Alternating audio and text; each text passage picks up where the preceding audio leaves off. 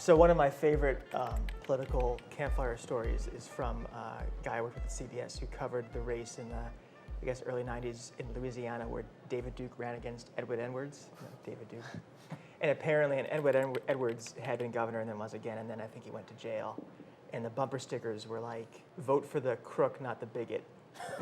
It's important. Well, I wouldn't say that anybody in the Grimm-Recchia race is a bigot or necessarily a crook. It's about as inspiring a choice. And I haven't had a chance to cover much of it, but I'm sure you guys have. What's your favorite memories you'll cherish from the Grimm-Recchia race? I remember a while ago going out to Staten Island, or perhaps it was Brooklyn, to go see Grimm at an event. And this was before the charges came out, when there was still talk about whether or not this was going to be related to campaign finance, funding, and stuff like that.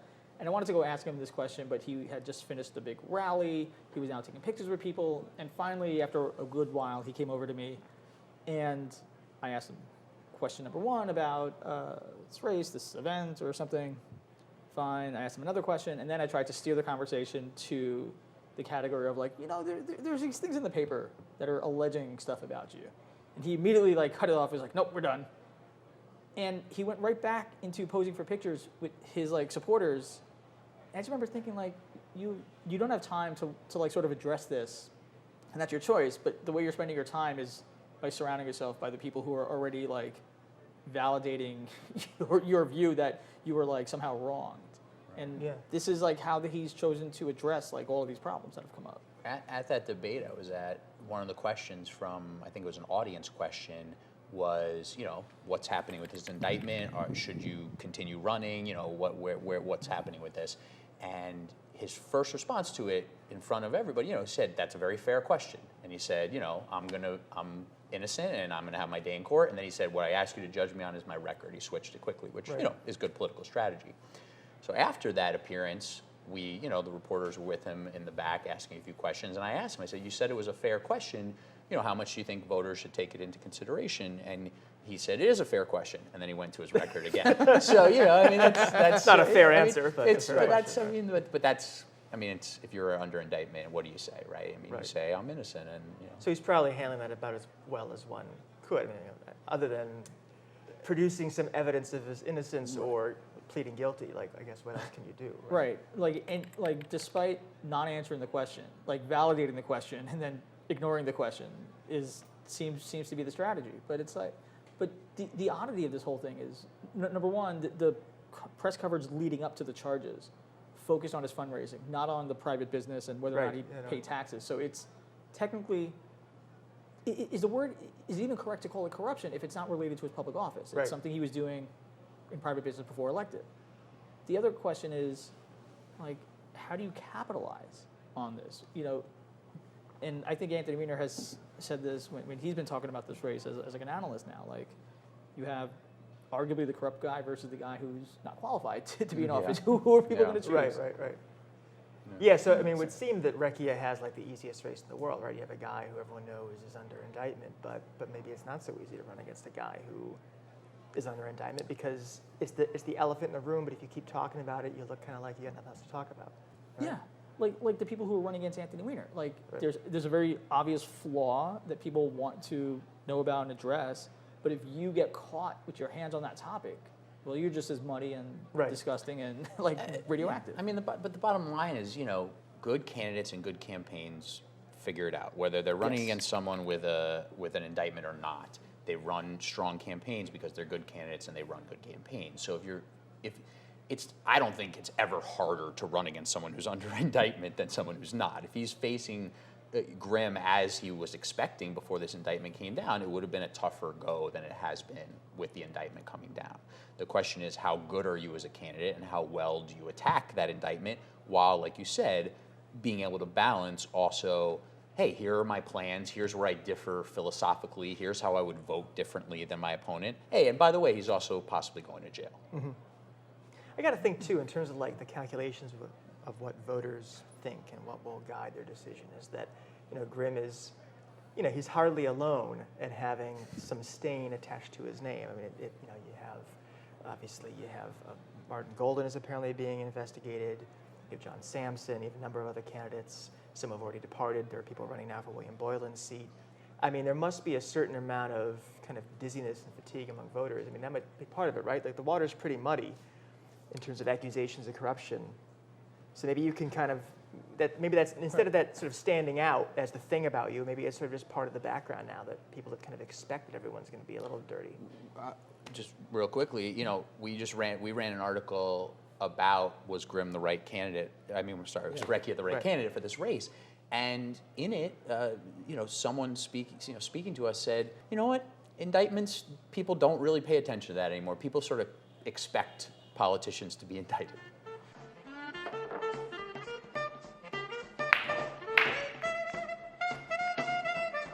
Have New York voters gotten to the point of being disgusted enough that they're in an open revolt against incumbents?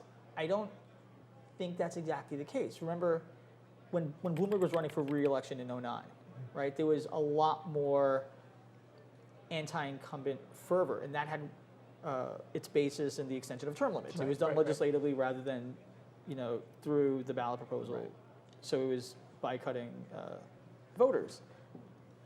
And there's always been this steady drip of corruption in politics, even going back to the founding of the country. But has it reached a critical mass in New York? You hear about the Moreland Commission, you hear sort of needling Andrew Cuomo about this, but I don't think we're there yet. I mean, in part because the top of the ticket has, Cuomo does have a headache with the Moreland Commission, but that's not what's entirely driving the conversation. There's been no real opposition to him. Astorino, the Republican candidate, is just sort of trying to get attention.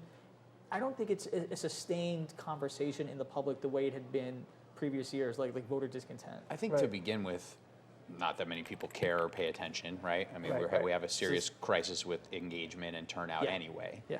And political corruption has been going on since politics or corruption began. Right. So, there's that. But, I think that Professor Christina Greer from Fordham, who does a lot of political analysis, she said recently, some of this stuff with the Moreland Commission, people don't feel that in their daily lives. This is not a pocketbook issue. This is not something, if you have a local council member or assembly member who winds up getting indicted, convicted for, stealing cash that was supposed to go to the district for senior citizens, right?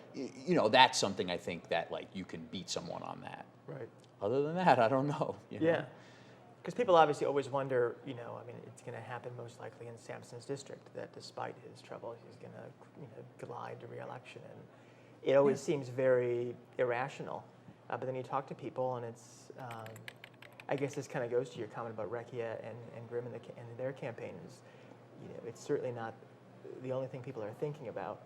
And it's certainly, it's not a deal killer, I don't think, for voters, unless you've murdered someone, maybe not even then.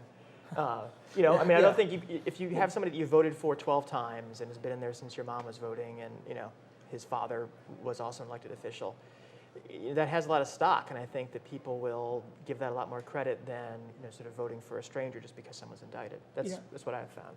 I went to Thomas Jefferson Democratic Club the night of the primary where I was expecting to hear the results from the Sampson election, and somebody there told me why they were confident that he was going to win. This was earlier in the evening. And the person said, just because you're accused of something in the press or formally with an indictment, in districts where it's majority African American or Latino or people of color, that's not a deal killer. It simply isn't, because, and according to this person I spoke to, there is this notion that they're being somehow maligned by unfair forces, and that sort of echoes what some voters may feel about their own lives. Mm-hmm. There's something out there beyond my control that has unfairly held me back.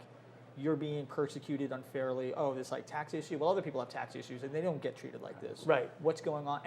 And there's this notion of rallying around someone, even, and it's sort of fascinating. Voters will at times rally around someone who has acknowledged wrongdoing, either by actions or by words, and what had appeared to be a flaw has now become an attribute. An attribute. Right. Charlie Rangel, Right. has settled a lot of ethics issues, and he has a long history of service in the district. But when those issues first came out, he very quickly turned this into, why are you persecuting me? And a Right. lot of people rallied around him. I think the persecution claim is powerful, and I think also, if there's anybody people like less than career politicians, it's reporters. I mean, I think the fact My family that- can attest to that. The fact that people like us are often the vehicles through which these charges either are brought or are made clear to them, I think is part of it. Is this where the establishment, Mainstream media. right? I mean, not us. Those Those other people. people who work on Wednesday afternoons. But you're also talking about, let's say in the case of like Grimm, it's like tax evasion stuff. Right. People, the IRS takes too much of my money, people can commiserate with him when, Right. if he was sort of skirting the rules a little bit on how much cash his restaurant was bringing in. But the shocking thing is, I was expecting to see the workers who were shortchanged, who didn't get paid, start coming out and Yeah. say, like, this guy withheld money from me, I'm a, breadwinner of a household of 4. I was expecting to see that, and I didn't. You're right, it left the issue as this sort of like paper clerical mistake, and it was almost like, well, we all sort of, Or everybody in the Who restaurant hasn't gotten a letter from business. the IRS saying you messed something up? Right. But in the restaurant, in the restaurant business, that's what people say. Oh yeah, everybody, pay does people that. off the books. I mean, my working thesis about all this is that you look at some of these candidates like a Sampson, a Grimm, a Rangel. These are charismatic, strong politicians, and they're also incumbents with a history of doing things in their district.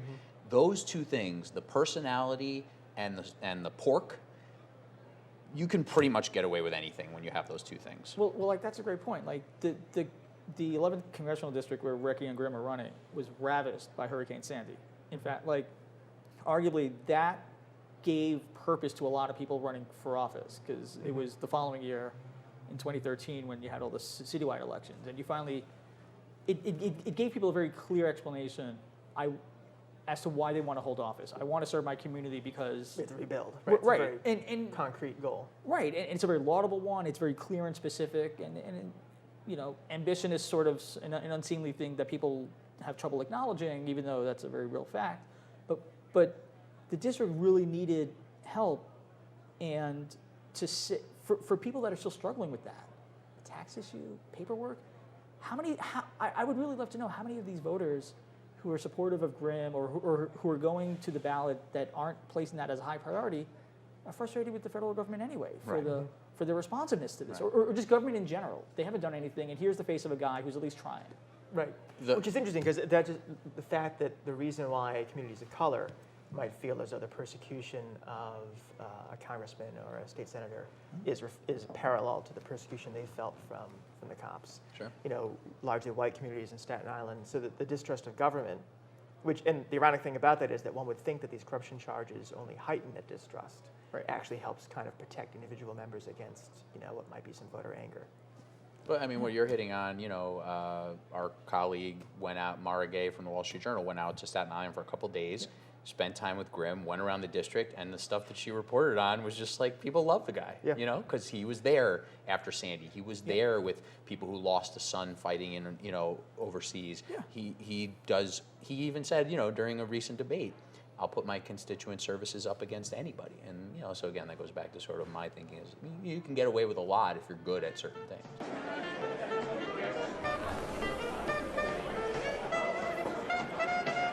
One of the things that's going to be fascinating to see is this is all like granular ground level stuff, right? Like the politicians' personal interactions with people, what they do in a debate. That's what we reporters see and some voters.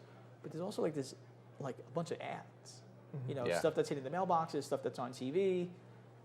That sometimes I at least have a hard time fully appreciating or understanding until after the facts. When you see the numbers, here's how much money was spent on ads. Here's how much from outside groups, spent money on ads. Like Grimm doesn't really have that kind of opportunity, in part because his fundraising got cut off and the National Republicans sort of walked away from him.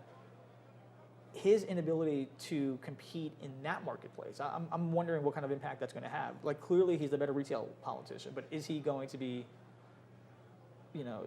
ousted because of this deficit? It's such a good point, because we, I think, at times can forget how much we're paying attention to everything. And a lot of voters, even though there's not that big voter turnout, a lot of voters the ads are what make the difference, right? How many times you hear the name, how many times you hear the indictment. So that's a fantastic point. Yeah, definitely.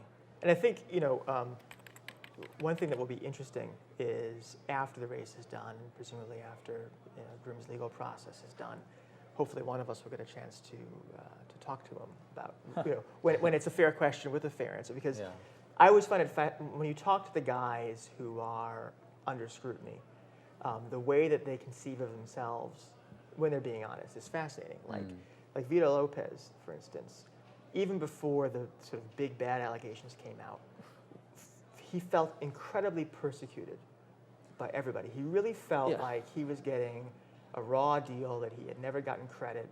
And, like I went out to do an article about him, it was just a general one, and he insisted that I take a tour of his great works of the neighborhood. And it was in a way, it was very genuine. Like he was deeply proud of that, and he felt really wounded that people like me thought of him as this sort of machine hack, when in fact he had done these wonderful things. So I don't know, the psychology of these guys fascinates me, because how they see themselves, whether they know that they're doing something wrong, whether they think everyone else does it. I don't know. I can't help but, as you're talking, think about our governor.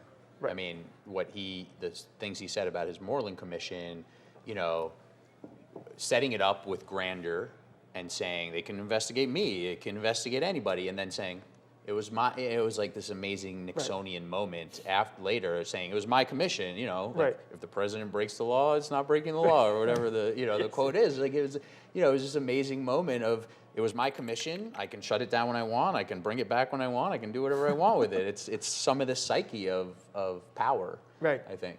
Yeah. Well, the idea that someone doesn't see themselves of having transformed is, I just think, fascinating, and you see it most palpably, I guess, with politicians, right? Like how many people were elected in opposition to the war, like in Vietnam, and like I was sort of struck to hear about Joe Biden, like the way he won his Senate seat was as an anti-war candidate. He was like a young guy. Yeah. And to think of Joe Biden as a young guy is like A, just right, like A, that's sort of funny, and B, he that set up a course where this guy's been in elected office almost his entire life. He, I'm sure, when he started out, may not have ever imagined himself transforming into the epitome of political establishment. Vito Lopez, a guy who has grumbled all the time. Queens is, the Queens Democratic Party is more corrupt than mine. Why do I get all this attention? But he's, there are people who do not like him that will tell me he's one of the only people that actually gets stuff done. He does something that very few effective people in public life do. He constantly rallies people, engages them. So when there is a crisis, when there is an issue, they're already mobilized and in motion. I mean, this is something very similar to what Al Sharpton does. He has Saturday rallies all the time. So when there's a crisis, he doesn't have to start from scratch. Yeah.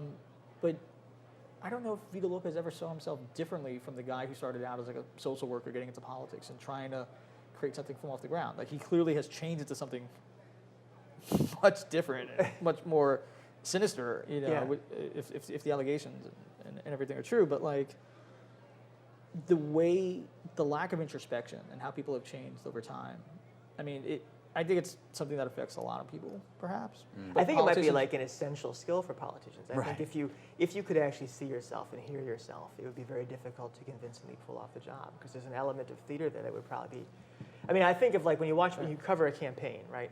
I mean, I could never walk into 17 diners and say exactly the same thing, and tell exactly the same jokes with the same timing. I would get ill. Right. But that's why I'll never be elected to anything. So I think you kind of have to have a certain amount Draft of Jarrett Murphy. Well, right. Yeah. Exactly. But, forgive me for going back to the governor again, but obviously there's an election happening and he's center stage. Is there? And it's, I mean, if you don't know at home, you should definitely know.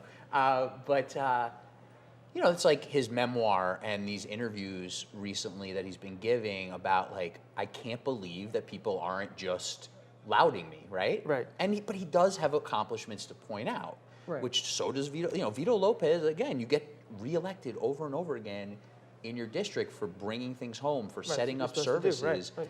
So it's doesn't everybody understand what I've done here? And that's you get that from the governor, who has done some things. Well, what's the last line of the Power Broker? Well, spoiler alert if you haven't finished reading. But it's something along the lines of why weren't they satisfied? Right. And that's the ultimate, you don't understand the impact you have on the people around you. Like, I think Cuomo is sort of the opposite. I think he clearly knows. And there was one of the stories about his memoir was that there was a back and forth with the editor, and the editor said, hey, this reads like a legal brief. And he said something along the lines of, well, they might take things out of context. I have to be very careful about what I write, you know, and you can clearly understand a guy who's a very good orator, a very good speech deliverer, you know, grappling with being candid and what happens when you have remarks. And it's well known that he has like a skepticism about the media being able to understand nuance and something sophisticated. Mm-hmm.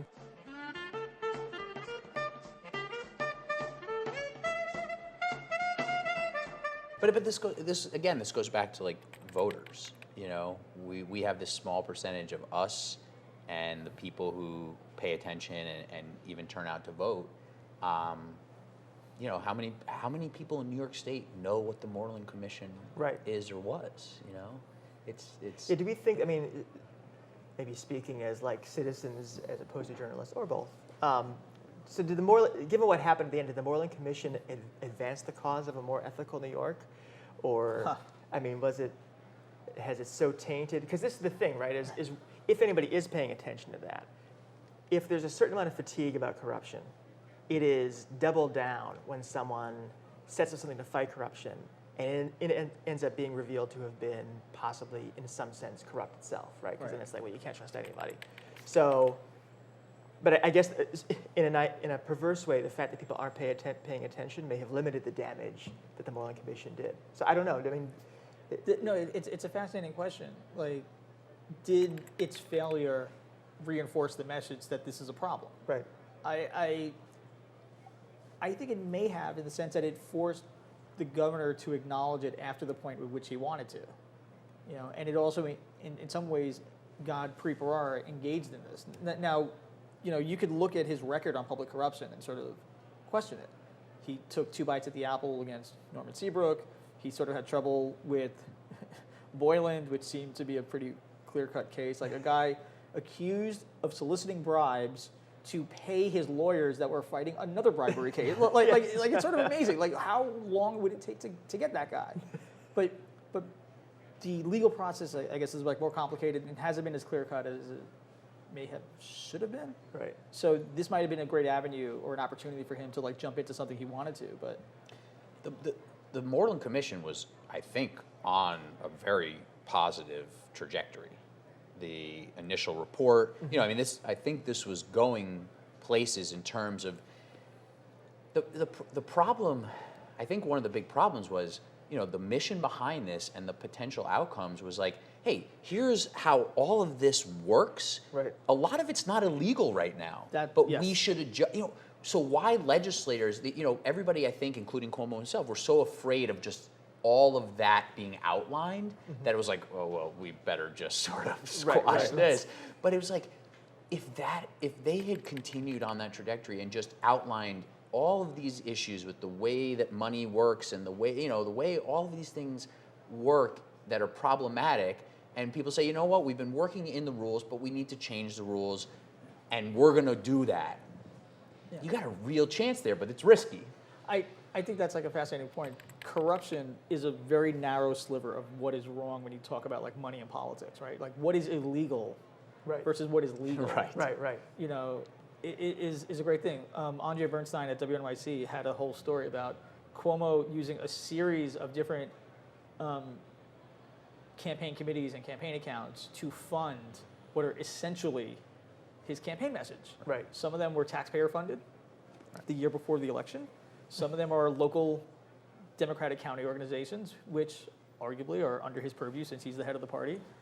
But if you only look at what money is coming out of his account, it's an incomplete picture of the entire apparatus that he's allowed to use. And that's the interesting thing about like some of the cases we're talking about, whether it's in the case of, say, Vito Lopez or Grimm or even Boyland, the corruption or alleged corruption has not been about campaign money, right? Because in Boyland's case, it was about money, but it was the per diems that he was stealing, right? So, and again, even per diems, that was never it was never meant to be a full accounting of what you were doing. It was it was an easier mechanism by which to give money to people to travel back and forth. Right.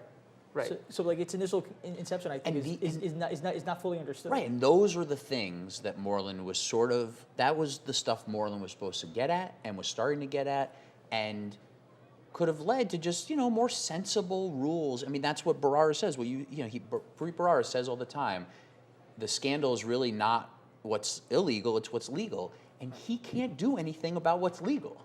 Except expose it and make it. Expose it, sure. Right, make it, yeah. But that's what he keeps saying. Right. This legal stuff, that's the crux of the issue here in many, many cases, my office can't really do anything about. We can't indict. Somebody needs to give him a column. All right. Cheers.